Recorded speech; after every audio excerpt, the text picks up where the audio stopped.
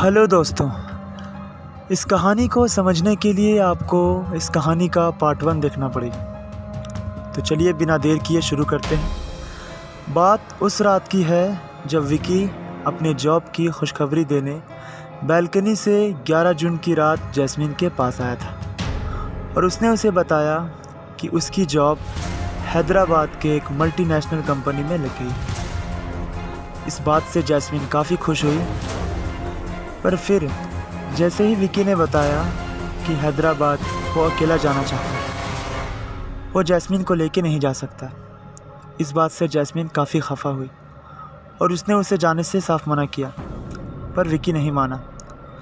Jasmine के काफ़ी मना करने के बाद विकी ने गुस्से में आकर शादी तोड़ दी और वहाँ से जाने लगा।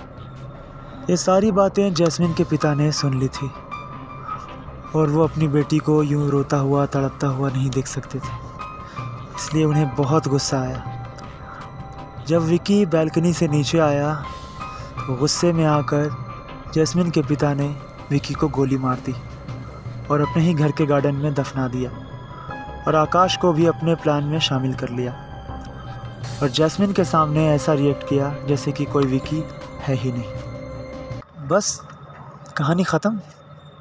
बेचारी जैस्मिन, कितना गलत हुआ ना उसके साथ। नहीं दोस्तों, पिक्चर अभी बाकी है। जब किसी झूठ को सच्चे दिल से कहा जाए तो सच लगने लगती है। चलिए इस कहानी को फिर से शुरू करते हैं, जिसके लिए हमें 10 साल पीछे जाना होगा, यानी 2015। जैस्मिन का कहना है कि 10 साल पहले उसका एक भाई भी हुआ करता था, पर एक दिन सुबह उसने देखा उसका भाई कहीं नहीं दिख रहा और जब उसने अपने पिता से पूछा तो उन्होंने वही बात कही कि तुम्हारा कोई भाई है ही नहीं। अब फिर से आते हैं 11 जून की रात, जब विकी जॉब की न्यूज़ देने बालकनी से जैस्मिन के पास आया था। उसने बिल्कुल वही बात कही कि मैं तुम्हें अपने साथ हैदराबाद नहीं ले जा सकता, और जब जैस्मिन ने बहुत ज़िद की तो विकी ने शादी तोड़ दी और वहाँ से जाने लगा। प्लीज़ विकी, ऐसा मत करो तुम मेरे साथ। प्लीज़ मुझे छोड़ के मत जाओ तुम। मैं तुम्हारे बिना नहीं रह सकती। प्लीज़ मुझे छोड़ के मत जाओ। प्लीज़ विकी, ऐसा मत करो। पर विकी ने जैस्मिन की एक ना सुनी और वहाँ से जाने लगा। तुमने मेरी मोहब्बत की कदर नहीं की ना। अब देखो मेरी नफ़रत क्या करती है। अगर तुम मेरे नहीं हो सकते तो मैं तुम्हें किसी की नहीं होने दूंगी। तुम मुझे छोड़कर जा रहे हो ना, अब कहीं नहीं जा पाओगे।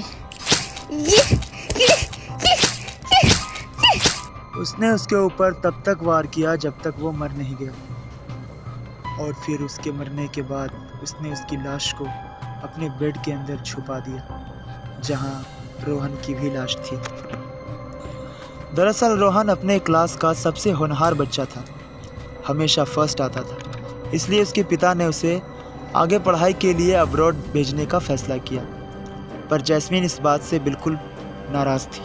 उसे बिल्कुल पसंद नहीं था कि उसका भाई उसे छोड़कर कहीं जाए। जैस्मिन ने रोहन को बहुत मना किया पर रोहन नहीं माना। गुस्से में आकर जैस्मिन ने चाकू से उसका गला काट दिया। तू मर सकता है लेकिन मुझे छोड़ के कहीं जा नहीं सकता। और अब जैस्मिन बहुत खुश है क्योंकि विकी और रोहन दोनों उसके पास हैं हमेशा के लिए। रोहन, विकी, जैस्मिन। रोहन, विकी, जैस्मिन।